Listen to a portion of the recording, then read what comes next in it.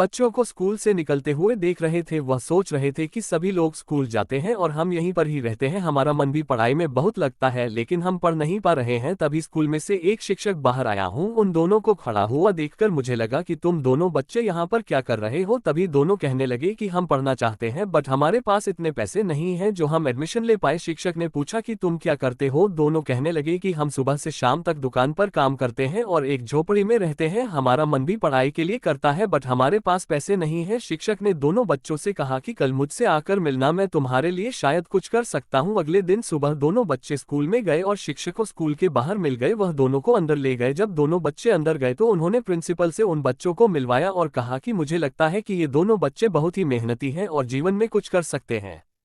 अगर आप इनके लिए कुछ कर सकते हैं तो आप हमें बता सकते हैं। प्रिंसिपल ने उन्हें एक काम दिया। उन्हें स्कूल के अंदर साफ सफाई करनी थी और वह दोनों बच्चे अपने काम में लग गए। तभी शिक्षक ने कहा कि यहाँ पर पढ़ाने के लिए लाया था, आपने उन्हें काम दे दिया। प्रिंसिपल ने कहा कि मैं ये देखना चाहता हूँ कि यह बच्चे कितने मेहनती हैं और कितनी सफाई से कार्य कर सकते हैं।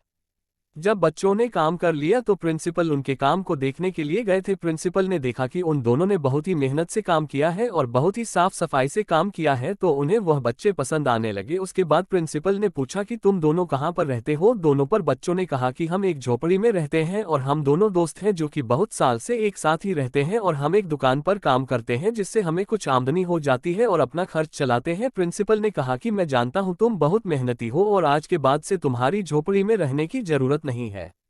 तुम यहीं पर ही एक कमरे में रह सकते हो और यहाँ पर साफ सफाई का काम कर सकते हो। जैसे तुम्हारी आमदनी भी होगी तो मैं स्कूल में पढ़ भी पाओगे। अगले दिन से ही दोनों बच्चे उसी स्कूल में रहते थे और पढ़ने लगे। धीरे धीरे समय बीतता चला गया और वह दोनों बच्चे पढ़ने में बहुत ही होशियार हो गए थे। ये दोनों बच्चे सुबह से दोपहर तक पढ़ते थे। वह दोपहर होने के बाद स्कूल की साफ सफाई करते थे।